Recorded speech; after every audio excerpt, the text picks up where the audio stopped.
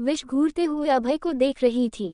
अभय आराम से जाकर सोफे पर बैठ जाता है और एक उबासी लेते हुए विश को देखते हुए कहता है, बैठ जाए मिस विशाखा। अभी तो सिर्फ सुबह हुई है, हमारी बातें अभी बाकी है। प्लीज सर समझने की कोशिश कीजिए, मेरा घर जाना बहुत जरूरी है। कॉफी देर हो गई है, मेरी बेटी मेरा इंतजार कर रही होगी, विश ने रिक्वेस्ट करते हुए कहा। तो अभय मुस्कुरा देता है और मुस्कुराते हुए विश को देखकर कहता है, हाँ तो मैं कौन सा रोक रहा हूँ, मैं तो बस ये कह रहा हूँ कि सुबह की पहली कॉफी अगर तुम मेरे साथ पियोगी तो मुझे खुशी होगी।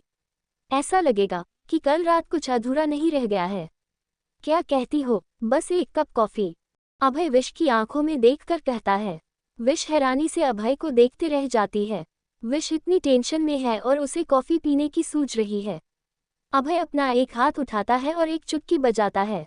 विश हैरान हो गई, अभय करना क्या चाहता है, लेकिन अगले ही पल कमरे के दरवाजे पर दस्तक होती है। विश हैरानी से दरवाजे की तरफ देखती है।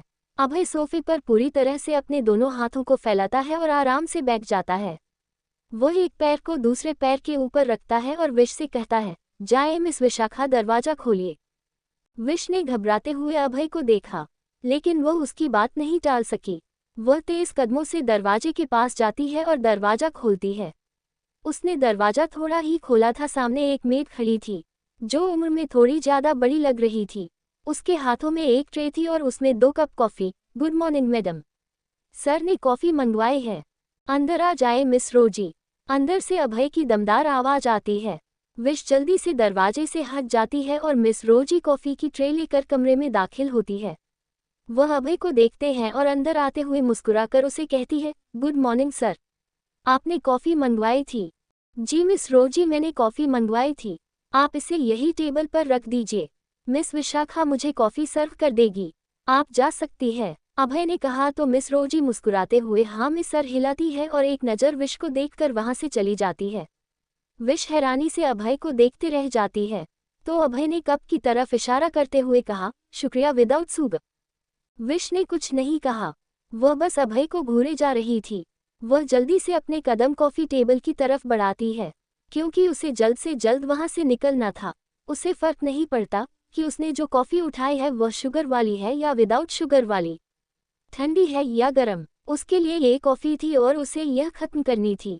पर उसने जैसे ही कॉफी के कप को अपने होठों से लगाना चाहा, अगले ही पल उसकी हैंडबैग में रखा हुआ उसका फोन बजने लगता है। विश जल्दी उस कॉफी के कप को वापस ट्रे में डाल देती है और अपना बैग ढूंढने लगती है। वह देखती है उसका बैग कमरे के एक कोने में टेबल के ऊपर रखा हुआ था। वह जल्दी से उसे बैग के पास जाती है और उसमें से अपना फ़ोन बाहर निकालती है।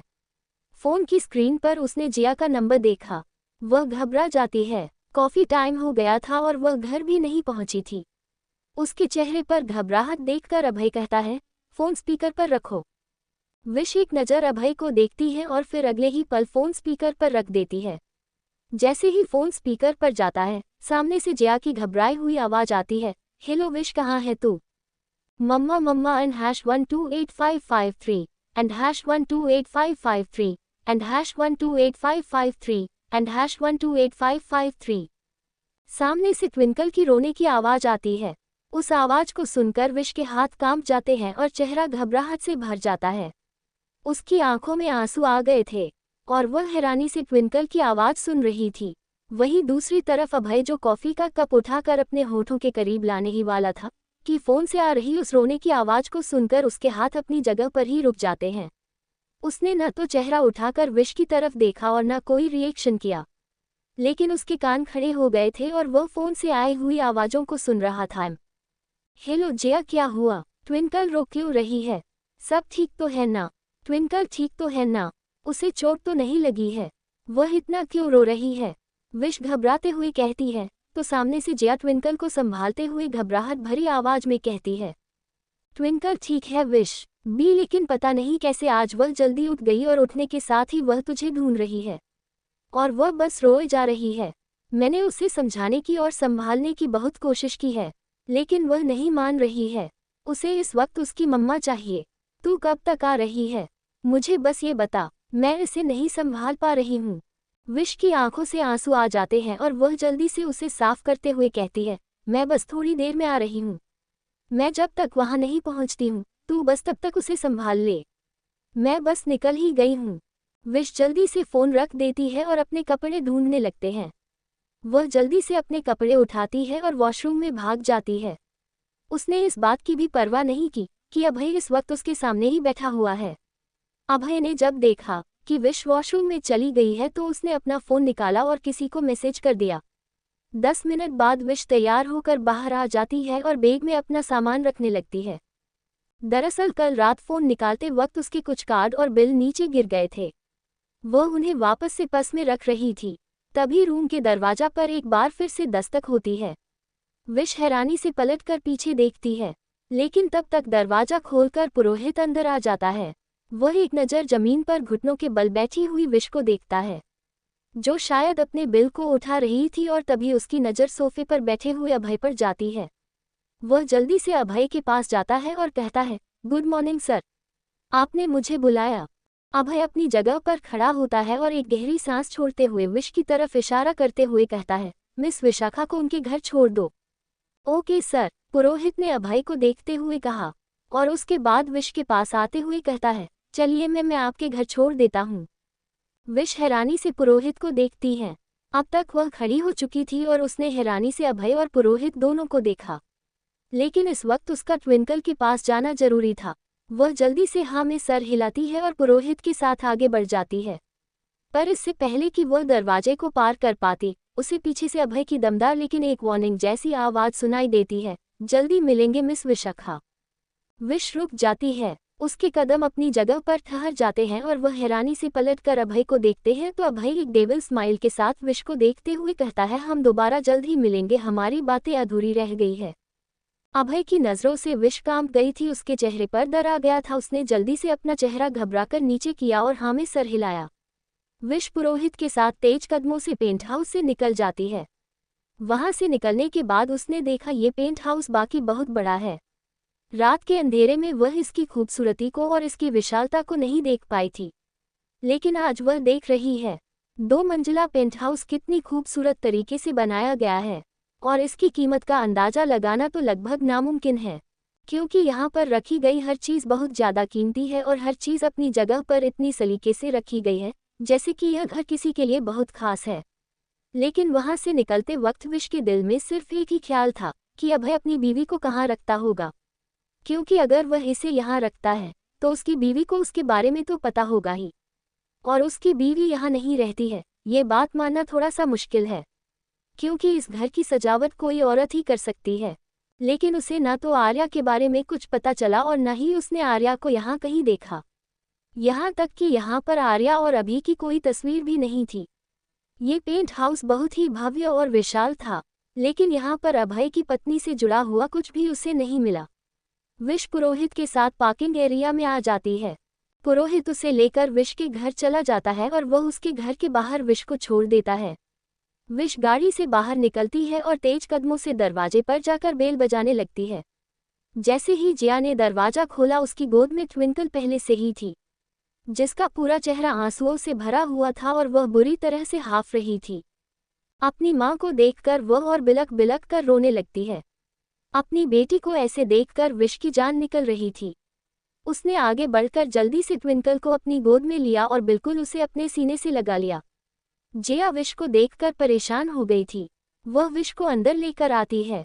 विश के अंदर आने के बाद जिया दरवाजा बंद करने ही वाली थी कि तभी उसकी नज़र सड़क पर गाड़ी पर जाती है, जहां पर पुरोहित था और उसकी ड्राइविंग सीट की खिड़की खुली हुई थी। जिया की नज़र पुरोहित पर गई और पुरोहित ने भी जिया को देखा, लेकिन उन दोनों ने एक दूसरे को नज़रअंदाज कर दिया। जिया जल्दी से दरवाज़ा लगा देती है और अंदर आ जाती है। अब तक विश ट्विंकल को लेकर सोफे पर बैठ चुकी थी और वह उसे चुप करवा रही थी। बहुत देर कोशिश करने के बाद तब कहीं जाकर ट्विंकल चुप हुई, जबकि विश उसे यही समझा रही थी कि बहुत ज़रूरी काम था और उसका जाना बहुत ज़रूरी था। लेकिन ट्विंकल तो एक छोटी सी बच्ची है ना। उठने के साथ अपनी माँ को न देखकर वह कितनी परेशान हो गई थी, यह बस वही जानती है। ट्विंकल अभी अभी हॉस्पिटल से आई थी, इसीलिए उसके लिए बाहर का खाना अनहेल्दी था। पर ट्विंकल इतनी देर से रो रही थी, उसे कुछ अच्छा खिलाकर उसका मन बदलने की कोशिश करने के लिए जिया ने ट्विंकल के लिए घर पर ही पास्ता बनाया और विश ने ट्विंकल को अपने हाथों से पास्ता खिलाया। करीब 2 घंटे लगे ट्विंकल को पूरी तरह से शांत होने में, और जब वह पूरी तरह से शांत हो गई तो जया के कमरे में टीवी देखने लगी। उसे टीवी के पास बिठाकर विश जया के पास बाहर लिविंग हॉल में बैठी हुई थी। जया ने उसके शोल्डर पर हाथ रखते हुए कहा, विश सब ठीक तो है ना? तू ठीक तो है ना? ट्विंकल की वजह से मैं तुझे पूछ ही नहीं पाई। क्या हुआ? उद्धरण चिन्ह। विश की आंखों से आंसू बहन निकल आए थे। वह अपने टूटे हुए दर्द के साथ जया को देखती है और रोती हुई आंखों से तड़प के साथ कहती है, डेमन के साथ अपनी आत्मा का सौदा करके आई हूँ। जिस जिंदगी को बहुत मुश्किल से सावरा था, उसे डेमन के हाथों बर्बाद करके आ रही हूँ। जया की आंखों में आंसू आ जाते हैं और वह विश को देखने लगती है। दोनों सहेलियां एक दूसरे के गले लग जाती है। जया जहां एक तरफ अपनी दोस्त की मदद ना कर पाने की वजह से दुखी थी, तो वहीं दूसरी तरफ विश को पता था कि उसकी जिंदगी अब बिक चुकी है और वह अपनी बिकी हुई जिंदगी के बारे में सोचकर दुखी थी। Flashback and. 1 महीने बाद। 1 महीने पहले विश ने खुद को उसे डेमन के हाथों बेच दिया था और उसके बाद वह इंतजार करने लगी थी कि कब वह डेमन फिर से उसे अपने शिकार के लिए बुलाएगा। पर ऐसा नहीं हुआ। दरअसल उसके 2 दिन बाद ही विश को खबर मिली कि अभय किसी बड़े बिजनेस के लिए शहर से बाहर चला गया है। विश ने भी दूसरी नौकरी तलाश करने की कोशिश की, क्योंकि अभय ने उसे यह खबर भिजवाई थी कि जब तक वह वापस नहीं आ जाता है विश अपने आप को सेफ रखे, क्योंकि आने के बाद अब उसे फिर से अपने पास बुलाएगा। विश बस इंतजार कर सकती थी और कुछ नहीं। उसने दोबारा नौकरी ढूंढी और इत्तेफाक से उसे एक होटल में अच्छी पोजीशन पर जॉब भी मिल जाती है। साथ ही विश अपनी अधूरी पेंटिंग को पूरा करने लगती है, जिसकी एग्जीबिशन कुछ ही दिनों में होनी थी। लेकिन आज विश के साथ इतना सब कुछ हो गया कि उसे याद आता है कि 1 महीने पहले जो चीज़ शुरू हुई थी वह अभी तक खत्म नहीं हुई है, बल्कि इसकी शुरुआत तो अब होगी। अभय वापस आ गया है और शायद विश को फिर से अभय के पास जाना होगा। विश यही सोच सोच के अब परेशान हो रही थी कि अब वह क्या करे, क्योंकि वह अपने कदम पीछे नहीं ले सकती है। अभय के दिए हुए पैसों से ही ट्विंकल का इतना अच्छा इलाज हो रहा है। 1 महीने तक ना तो अभय के पास विश का कोई कॉल आया था और ना ही कोई उसकी इन्फॉर्मेशन आई थी। विश के अकाउंट में पैसे आ गए थे, जिससे वह ट्विंकल का इलाज बहुत बड़ी हॉस्पिटल में करवा रही थी। इसी बीच उसका पेंटिंग एग्जीबिशन भी हुआ। उस एग्जीबिशन में हुए हादसे को विश भूल चुकी थी। 3 दिन हो गए थे विश अपने घर में अपनी बेटी के साथ थी। जया ने जॉब ज्वाइन कर ली थी। उसे पार्ट टाइम जॉब मिल गई थी, जो वह अपनी पढ़ाई के साथ कर रही थी। जया अपने ऑफिस में थी और विश ट्विंकल के साथ घर पर थी। आज ट्विंकल की स्कूल की छुट्टी थी, इसीलिए विश उसके साथ समय बिता रही थी। वह ट्विंकल के साथ गार्डन में खेल रही थी।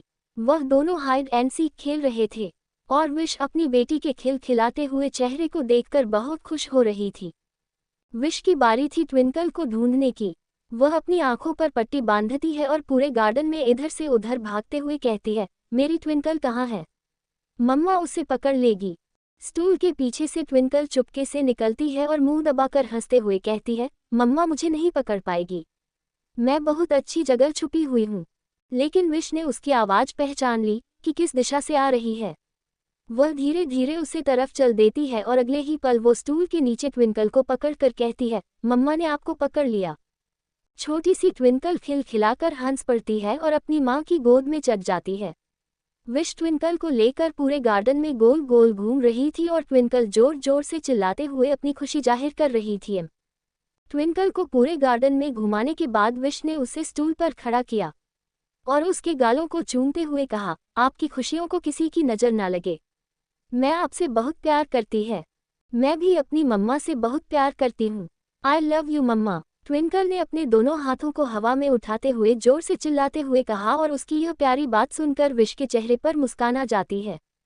विश अपनी बेटी के साथ खुशियों के पल जी रही थी। वही जिसके लिए वह जीती थी, उसी के लिए तो उसने अपना सारा जीवन न्यौछावर कर दिया था। ट्विंकल के अलावा और था ही क्या उसके पास। वह दोनों एक साथ गार्डन में बैठे हुए हंस रहे थे, खेल रहे थे और एक दूसरे के साथ समय बिता रहे थे। विश ने ट्विंकल को बच्चों वाले झूले में बिठाया और उसे धीरे धीरे झूलाने लगी। ट्विंकल हंसते हंसते झूला झूल रही थी कि तभी विश का फ़ोन बजने लगता है। विश हैरान हो जाती है, इस वक्त कौन फ़ोन कर रहा है? विश ने ट्विंकल को अपने गोद में लिया और घर के अंदर आ जाती है। वह हॉल में रखा हुआ अपना फ़ोन उठाती है और कान से लगाते हुए कहा, हेलो विश, क्या तुमने न्यूज़ देखी? सामने से जिया की आवाज थी। वह अपने ऑफिस के नंबर से फोन कर रही थी और उसकी आवाज में घबराहट साफ झलक रही थी। ऐसा लग रहा था जैसे वह काफी ज्यादा परेशान है। उसकी बात सुनकर विश हैरानी से कहती है, नहीं, मैंने कोई न्यूज़ नहीं देखी है। मैं तो ट्विंकल के साथ खेल रही थी। क्यों, क्या हुआ? जिया घबराहट के मारे चिल्लाते हुए कहने लगती है, अगर तुमने न्यूज़ नहीं देखी है तो अभी जाओ, जाकर न्यूज़ देखो। जिया की बात सुनकर विश जिया के कमरे में जाती है और वहां पर टीवी ऑन कर देती है। वह जैसे ही उस पर न्यूज़ चैनल लगाती है, सामने चल रही खबर को देखकर उसके हाथ पैर ठंडे पड़ जाते हैं। मशहूर बिजनेसमैन अभय देवकोटियन के पेंट हाउस से एक लड़की जिसका नाम विशाखा बताया जा रहा है, वह संगीन हालत में पाई जाती है। उस लड़की को मिस्टर कोटियान के पेंट हाउस के अंदर जाते हुए और वहां से बाहर आते हुए दिखाया गया है, जिससे ये साबित होती है कि वह लड़की पूरी रात मिस्टर कोटियान के पेंट हाउस में थी और उन दोनों ने रात एक साथ बिताई है। इस खबर को देखने के साथ ही विश की आंखों में आंसू आ जाते हैं और उसका दिल कांपने लगता है। ये कैसे मुमकिन हो सकता है? क्या ये सब अभय ने किया है? उसने पूरी दुनिया के सामने विश का नाम उछाला है और उसे बदनाम कर दिया है। ये सब बस उसे नुकसान पहुंचाने के लिए है। न्यूज़ में आगे बताते हैं, विशाखा नाम की यह गुमनाम लड़की मिस्टर अभय देवकोटियन के निजी अपार्टमेंट से बाहर निकलते हुए सीसीटीवी कैमरे में कैप्चर हुई है और वो पूरी रात उनके साथ अकेले उनके अपार्टमेंट में थी। अफवाहों की माने तो मिस्टर कोटियान के अलावा उस अपार्टमेंट में और कोई नहीं रहता है और ये लड़की उनके साथ उनके अपार्टमेंट में बिल्कुल अकेली थी। ये फुटेज जो आप देख रहे हैं, यह 1 महीने पुरानी है। हमारे रिपोर्टर्स को इस 1 महीने पुरानी फुटेज को इकट्ठा करने में बहुत मुश्किलों का सामना करना पड़ा था, क्योंकि यह खबर जो रिपोर्टर हम तक पहुंचाने वाला था, वह अचानक से गायब हो जाता है और फिर शहर के बाहर संगीन हालत में उसकी लाश पाई जाती है। लोगों का मानना है कि इसके पीछे भी अभय देवकोटियान का हाथ है, लेकिन क्योंकि उनके खिलाफ कोई सबूत नहीं है, इसीलिए कानून कोई एक्शन नहीं ले पा रहा है। उनके पास से सीसीटीवी फुटेज से हमारी टीम ने इस फुटेज को बरामद किया है, जिसमें एक लड़की उनके पेंट हाउस में जाते हैं और फिर वहां से वापस आते हुए कैप्चर की गई है। आप फुटेज में देख सकते हैं कि इस बीच वह लड़की पूरी रात उस पेंट हाउस से बाहर नहीं निकली है, जो ये साबित करता है कि विशाखा नाम की यह लड़की मिस्टर कोटियान के साथ पूरी रात उनके पेंट हाउस में ही थी। कोटियन इंडस्ट्री। अभय की भूरी और डरावनी आंखें इस समय टीवी के ऊपर ही चिपकी हुई थी। वह उस पर फ्लैश हो रहे हर एक शब्द को एक एक करके पढ़ता जा रहा था। उस पर चल रही फुटेज जिसमें विश पेंट हाउस के अंदर जा रही है और फिर बाहर निकल रही है, ये क्लिप इंटरनेट पर वायरल हो चुकी है और न्यूज़ में इस क्लिप को बहुत अच्छे से तोड़ मरोड़ कर बड़ा बताया जा रहा है। इस न्यूज़ को देखकर अभय का जब्ड़ कस चुका था और उसकी मुट्ठियां कस रही थी। वह चुपचाप स्क्रीन की तरफ देख रहा था, जहां पर बार बार उसके नाम को चमकाया जा रहा था। फोन की घंटी की आवाज से उसने अपनी नजरें स्क्रीन से हटाए और सामने टेबल पर रखे हुए फोन पर डाली। फोन स्पीकर पर रखते हुए वह न्यूज़ देख रहा था और उसने सर्द और खतरनाक आवाज में कहा, बोलो। सामने से पुरोहित कहता है, बॉस, हमने उस आदमी को पकड़ लिया है जिसने पेंट हाउस बाहर की सीसीटीवी फुटेज लीक करी है और वह इस वक्त हमारे की कैद में है। उसकी अच्छी से खातिरदारी करो, इतनी कि जिंदा वह रह ना सके और मौत उसे आनी नहीं चाहिए। लेकिन अगर वह मर गया तो मैं तुम सबको मार डालूंगा, क्योंकि उसकी मौत मेरे हाथों ही लिखी है। ये कहकर उसने फोन डिस्कनेक्ट कर दिया। वह दोबारा से स्क्रीन की तरफ देख रहा था कि तभी एक बार फोन फिर से बज उठता है। उसने स्क्रीन पर नजर डाली और उस पर जो नाम चल रहा था, उसे देखकर उसका गुस्सा और ज्यादा भड़क उठा। आर्या। अभय के फोन पर उसकी पत्नी आर्या का कॉल आ रहा था, लेकिन उसने उसका फोन नहीं उठाया, बल्कि गुस्से में और उसके कॉल को डिस्कनेक्ट कर दिया। शायद इस वक्त आर्या भी यह खबर देख रही थी और यह खबर सुबह सुबह पूरे देश में जंगल की आग की तरह फैल चुकी थी। ऐसे में आर्या का इस खबर से बचना नामुमकिन था। उसने भी इसे देखा ही होगा और इसीलिए वह शायद अभय को फोन कर रही थी, पर अभय इस वक्त सवाल जवाब करने के मूड में बिल्कुल भी नहीं था। पेंटिंग एग्जीबिशन वाले हादसे के बाद अभय इस मामले को अपने तरीके से हैंडल करना चाहता था। आज सुबह उसकी एक मीटिंग थी जिसके लिए वह ऑफिस आया था, पर जैसे ही वह ऑफिस की मीटिंग रूम में पहुंचता है, उसे पुरोहित से न्यूज़ के बारे में पता चलता है। उसने सारी मीटिंग कैंसिल कर दी और पुरोहित को उस आदमी को खोजने के काम पर लगा दिया जिसने पेंट हाउस के बाहर की सीसीटीवी फुटेज मीडिया में लीक करी है। पर जब तक अभय अपने पावर और पैसे का इस्तेमाल करता उससे पहले ही वह सारी न्यूज़ पूरे देश में फैल चुकी थी। और उसी के साथ अभय के नाम और उसकी प्रतिष्ठा पर भी एक बहुत बड़ा प्रश्न उठ गया था।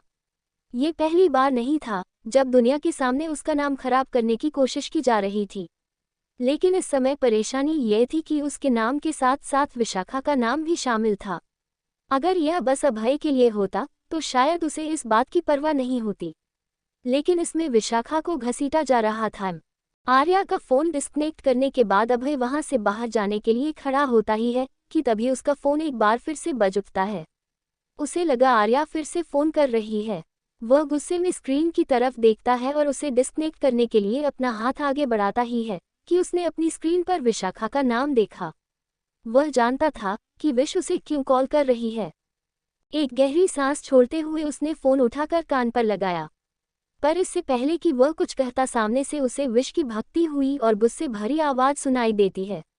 वह बहुत गुस्से में अभय पर चिल्लाते हुए कहती है, आपने ऐसा क्यों किया? आप ये सब कैसे कर सकते हैं? आपकी हिम्मत कैसे हुई पूरी दुनिया के सामने मेरा नाम मिट्टी में मिलाने की?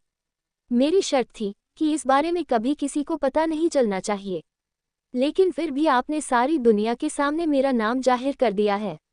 किस लिए किया है आपने ये सब? मुझे नहीं पता कि इन सब के पीछे आपकी वजह क्या है, लेकिन एक बात मैं आपको कह देती हूँ कि अगर इन सब की वजह से मुझे या मेरी बेटी को नुकसान भुगतना पड़ा तो मैं मीडिया में चली जाऊंगी और वहां पर जाकर चिल्ला चिल्ला कर कहूंगी कि आपने मुझे किस तरीके से मजबूर किया था। मैं उन्हें आपके उस कॉन्ट्रैक्ट के बारे में और उसमें लिखी हुई उन घटिया शर्तों के बारे में सबको बता दूंगी। यहाँ पर सिर्फ मेरा ही नहीं बल्कि आपका भी नाम खराब होगा मिस्टर कोटियान। विश गुस्से में अभय पर चिल्लाते हुए ये सब कहती है। अपने गुस्से की वजह से वही ये भी भूल जाती है कि अभय से बगावत का अंजाम उसे किस तरीके से भुगतना पड़ सकता है, लेकिन इस वक्त उसका गुस्सा उस पर हावी था। विश की तीखी और तेज जुबान सुनकर अभय की हाथों की नसें दिखने लगी थी और उसकी आंखें गुस्से में लाल हो गई थी। इस खबर की वजह से वह पहले ही बहुत खराब मूड में था, ऊपर से विश के इस तरीके से चिल्लाने पर उसका दिमाग और ज़्यादा खराब हो जाता है। वह चिल्लाते हुए विश से कहता है, अपनी बकवास बंद करो। अगर तुम नहीं चाहती हो कि मैं तुम्हारी बर्बाद हो चुकी जिंदगी को और ज़्यादा बर्बाद करो तो अपनी जुबान बंद रखो। मैं आज रात तुमसे मिलूंगा और वहां पर तुम्हारे सभी सवालों के जवाब दूंगा। तुम्हारी जो भी शिकायतें हैं अगर वह तुम बेड पर करोगी ना तो मुझे ज़्यादा अच्छा लगेगा उनके जवाब देने में। इसलिए अपनी एनर्जी को बचाए रखो और हाँ, तब तक अपने अंदर की उस बहादुर औरत को अपने अंदर ही रखना और कुछ भी गड़बड़ करने की सोचना भी मत, क्योंकि अगर तुम्हारी गलती की वजह से मुझे नुकसान हुआ तो तुम सोच भी नहीं सकती हो कि तुम्हारी बर्बादी की शुरुआत कहाँ से होगी और कहाँ कहाँ तक जाएगी, और उन सब में तुम्हारी बेटी भी शामिल होगी। अभय भी उसे धमकी देते हुए फ़ोन को डिस्कनेक्ट कर देता है। दिस वुमन, अभय गुस्से में फ़ोन स्क्रीन को देखता है और अपने मन में चिल्लाते हुए कहता है। उसने फ़ोन को साइलेंट कर दिया और अपने जेब में डाल लेता है। वह गुस्से में केबिन से बाहर निकलता है। उसकी कार सीधे गोदाम के सामने आकर रुकती है और अपनी कार से निकलकर वह एक कदम खतरनाक तरीके से आगे बढ़ाता है। रास्ते में ही उसने अपना ड्रैगन का मास्क पहन लिया। अपने बॉस को आया हुआ देखकर बाकी सब लोग सतर्क हो जाते हैं। जैसे ही पुरोहित को उसके आने का पता चलता है वह बाहर आ जाता है और ड्रैगन के मास्क पहने हुए अभय को देखकर जल्दी से कहता है, बॉस हमने उसे पकड़ लिया है, वह अंदर है। अभय का जबड़ा कसा हुआ था। उसने अपने कोट को उतार दिया और सिर्फ शर्ट और ब्लैक पेंट में अंदर की तरफ जाने लगा। उस कोठरी के अंदर एक शख्स को कुर्सियों से बांधा गया था और ड्रैगन के आदमी उसे निपटा रहे थे। जैसे ही ड्रैगन कमरे के अंदर घुसता है उसने देखा कि एक आदमी कुर्सियों से बंधा हुआ है और उसने अनुमान लगा लिया था कि उसकी सेवा ड्रैगन के आदमियों ने बहुत अच्छे से की होगी। पर जब ड्रैगन कमरे में आता है तो वह सारे आदमी वहां से हट जाते हैं और कुर्सी पर बंधा हुआ वह आदमी उसे देखने लगता है। पर जब अभय ने उस आदमी को देखा तो उसकी नज़रें तीखी हो जाती है, क्योंकि यह कोई और नहीं बल्कि वही ड्राइवर था जो विश को लेकर भी आया था और उसे ड्रॉप करने के लिए भी गया था, और पिछले 1 महीने से यह गायब था। जैसे ही ड्रैगन कमरे के अंदर घुसता है उसने देखा कि एक आदमी कुर्सियों से बंधा हुआ है और उसने अनुमान लगा लिया था कि उसकी सेवा ड्रैगन के आदमियों ने बहुत अच्छे से की होगी। पर जब ड्रैगन कमरे में आता है तो वह सारे आदमी वहां से हट जाते हैं और कुर्सी पर बंधा हुआ वह आदमी उसे देखने लगता है। ड्रैगन इस वक्त कुर्सी पर बैठा हुआ था और उसके सामने वह मुजरिम था जो उसका ड्राइवर था और उसी ने विश और उसकी न्यूज़ को मीडिया पर दिया था। अभय गुस्से में उस आदमी को तीखी निगाहों से देखने लगा। वह आदमी घबराते हुए अभय को देखता है और कहता है, मुझे माफ़ कर दीजिए बॉस, मुझे माफ़ कर दीजिए, मुझसे गलती हो गई है। पर अगले ही पल अभय ने उसके गर्दन को पकड़ लिया और उसके गर्दन पर अपने हाथों से दबाव बनाते हुए खतरनाक तरीके से कहता है, अब जब गलती की है तो सजा पाने के लिए तैयार हो जाओ। लेकिन तुम्हें एक आसान मौत दे सकता हूँ अगर तुम मुझे बता दो कि यह सब करने के पीछे तुम्हारी वजह क्या है। क्योंकि मेरा कुत्ता मुझे नहीं काट सकता है, और अगर उसने मुझ पर भौंकने की हिम्मत की है तो उसके पीछे कोई ठोस वजह जरूर होगी। वह आदमी अपने गर्दन पर अभय की उंगलियों के दबाव महसूस कर सकता था। उसने बहुत मुश्किल से अपने मुंह को खोला और हिम्मत करते हुए कहने लगा, मुझे माफ़ कर दीजिए बॉस, ये सब मैंने पैसों के लिए किया है। मुझे इसके लिए किसी ने पैसे दिए थे। उन्होंने मुझे आपके खिलाफ सबूत इकट्ठा करने के लिए कहा था और बदले में मुझे बहुत सारे पैसे मिले थे। मुझे पैसों की बहुत ज़्यादा ज़रूरत थी जिसके लिए मैंने ये काम किया है। मुझे पता था कि वह लड़की 1 महीने पहले आपकी पेंट हाउस में आई थी और पूरी रात रुककर सुबह गई थी। इसका सबूत मुझे सामने वाली बिल्डिंग की सीसीटीवी फुटेज में मिल सकता है। पर मुझे नहीं पता था कि मैं पकड़ा जाऊंगा। काम करने के लिए तुम्हें किसने पैसे दिए थे? अभय उसके गले पर और ज़्यादा दबाव बनाते हुए कहता है। तो वह आदमी अपने उखड़ती हुई सांसों के साथ जल्दी से कहता है, मुझे नहीं पता कि मुझे किसने पैसे दिए थे। मुझे बस इस काम को करने के लिए पैसे मिले थे और वह पैसे मेरे घर के सामने एक बैग में रखे हुए थे और साथ ही एक पेपर में काम लिखा गया था कि मुझे क्या करना है, और अगर यह काम हो जाता तो मुझे और ज़्यादा पैसे मिलते। इसके अलावा मैं कुछ नहीं जानता हूँ बॉस, मुझे माफ़ कर दीजिए। अभय ने उसकी गर्दन को छोड़ दिया और अपनी जगह से खड़ा हो जाता है। पर तभी वहाँ पर गोली चलती है और उस आदमी के माथे के बीचों बीच गोली लग जाती है। वह आदमी वहीं पर मर जाता है। गोली अभय के एक बॉडीगार्ड ने चलाई थी। अभय ने उसके मरे हुए शरीर को देखकर कहा, मैंने कहा था ना, सच बता दो तो मौत आसान होगी। देखो, तुम्हें आसान मौत दे दिया। भगवान को मेरा हेलो कहना। अभय का इतना खतरनाक रूप देखकर बाकी सबका तो पता नहीं, लेकिन पुरोहित बहुत ज्यादा हैरान हो गया था। अभय इतनी जल्दी अपनी भावनाओं पर नियंत्रण नहीं खोता था। पुरोहित काफी समय से अभय के साथ काम कर रहा था, इसीलिए उसे अभय के व्यवहार के बारे में अच्छी तरह से पता था। अभय अपनी भावनाओं पर काबू रखने में बहुत माहिर था। वह किसी के सामने एक्सप्रेस नहीं होने देता कि इस समय उसके दिमाग में क्या चल रहा है। लेकिन आज उस न्यूज़ की वजह से अभय जितना पागल हो गया था और जिस तरह की बौखलाए हुई हरकतें कर रहा था, उसने तो पुरोहित को भी सोच में डाल दिया था। उसका बॉस इस तरीके की हरकतें कभी नहीं करता है। वह इस तरीके से कभी भी अपने गुस्से को किसी के सामने जाहिर नहीं होने देता है। ड्रैगन कौन है ये बात सिर्फ कुछ ही लोग जानते हैं, और ड्रैगन और अभय अपने आप की पर्सनैलिटी को अलग अलग रखते हैं।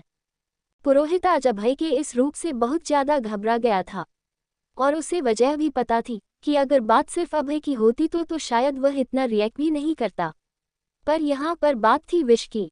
उस मरी हुई डेड बॉडी को देखकर अभय पुरोहित को घूर कर देखता है और अपने दांत पीसते हुए कहता है, तुम्हें पता है इस लाश के साथ क्या करना है, और हाँ, न्यूज़ में फैली हुई गंदगी को जितनी जल्दी हो सके साफ करो। यस बॉस, पुरोहित जल्दी से कहता है। तो अभय वहाँ से निकल जाता है। वह बाहर आकर वापस अपनी गाड़ी में बैठ जाता है, लेकिन इस बार उसने अपने साथ ड्राइवर को नहीं लिया, बल्कि खुद ही ड्राइव करता हुआ वहां से निकल गया। अभय की कार घर सीधे कोट्यान मेंशन के सामने आकर रुकती है। अभय गाड़ी से उतरता है और तेज कदमों से घर के अंदर दाखिल हो जाता है। जैसे ही वह हॉल में दाखिल होता है, सारे सर्वेंट और नौकर अपनी जगह पर खड़े हो जाते हैं और अपना चेहरा नीचे झुका लेते हैं। वहां पर ऐसा महसूस हो रहा था जैसे कि किसी के शरीर में जान ही नहीं है। अगर कोई आवाज आ रही थी तो सिर्फ अभय के जूते की। अभय गुस्से में अपने कमरे की तरफ चल देता है और सीढ़ियों से चढ़ते हुए जब वह अपने कमरे में दाखिल होता है तो उसका कमरा इस वक्त पूरी तरह से खाली था। उसने अपने कोट को उतारा और साइड के सोफे पर फेंक दिया। वह अपनी शर्ट के ऊपर का बटन खोलने लगता है और जैसे ही उसने अपने शर्ट के बाजू का बटन खोलने के लिए हाथ बढ़ाया ही था कि तभी उसके कानों में उसे आर्या की गुस्से भरी आवाज सुनाई देती है। तुम मेरा फोन क्यों नहीं उठा रहे थे अभय? आर्या की आवाज सुनकर अभय के हाथ रुक जाते हैं और कान खड़े हो जाते हैं, पर वह पलटकर दरवाजे की तरफ नहीं देखता है, बल्कि दोबारा से अपने शर्ट के बटन खोलने लगता है और ये तेज कदमों के से अभय के सामने आती है और चिल्लाते हुए उस पर रहती है, हाउ डेयर यू अभय, तुम मुझे इग्नोर नहीं कर सकते हो। और यह सब क्या चल रहा है न्यूज़ में? क्या दिखा रहे हैं न्यूज़ वाले? कौन है वह लड़की? कौन है जो पेंट हाउस से निकलते हुए न्यूज़ में दिखाई जा रही है? अभय, मैं तुमसे सवाल कर रही हूँ, तुम मेरे सवालों का जवाब क्यों नहीं दे रहे हो? अभय ने गुस्से भरी निगाहों से आर्या की तरफ देखते हुए कहा, क्या तुम्हें नहीं लगता है इस तरीके के सवाल पूछकर तुम मेरा और अपना हम दोनों का ही वक्त बर्बाद कर रही हो, जबकि जवाब तुम्हें पहले से ही पता है। तुम्हें हो क्या गया है अभय? ये सारी न्यूज़ तुम्हारा नाम को कितना खराब कर रही है, तुम्हें इस बात का एहसास भी है?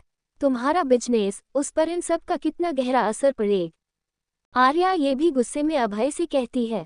तो अभय बेफिक्री के साथ अपने शर्ट के बाजू को मोड़ते हुए कहता है, ये पहली बार नहीं है जब किसी ने मेरा नाम बदनाम करने की कोशिश की है, तो इस बार तुम्हें ऐसा रिएक्ट करने की जरूरत नहीं है। जैसे पहले नॉर्मल रहती थी वैसे ही नॉर्मल रहो। इस बार बात अलग है अभय, न्यूज़ वालों के पास इसका सबूत है। अभय ड्रेसिंग टेबल की तरफ जा रहा था, लेकिन आर्या की बात सुनकर उसके कदम रुक जाते हैं और वह पलटकर उसे देखने लगता है। आर्या गुस्से भरी नज़रों से अभय को देखती है और चिल्लाते हुए उससे कहती है, उस लड़की की तस्वीरें हैं जो न्यूज़ वाले बार बार दिखा रहे हैं। अभय, मैंने तुम्हारे खिलाफ किसी भी अफवाहों पर कभी भी यकीन नहीं किया था, क्योंकि मेरे लिए वह सब सिर्फ अफवाह ही थी जो तुम्हारा नाम खराब करने के लिए इस्तेमाल की जा रही थी। लेकिन आज लोग तस्वीरों को सामने रखकर यह कह रहे हैं कि तुम्हारा उस लड़की के साथ कोई रिश्ता है। अभय ने तीखी नज़रों से आर्या को देखा और एक एक कदम आर्या की तरह बढ़ाते हुए गुस्से में उसे कहता है, क्या देखा है तुमने उन तस्वीरों में?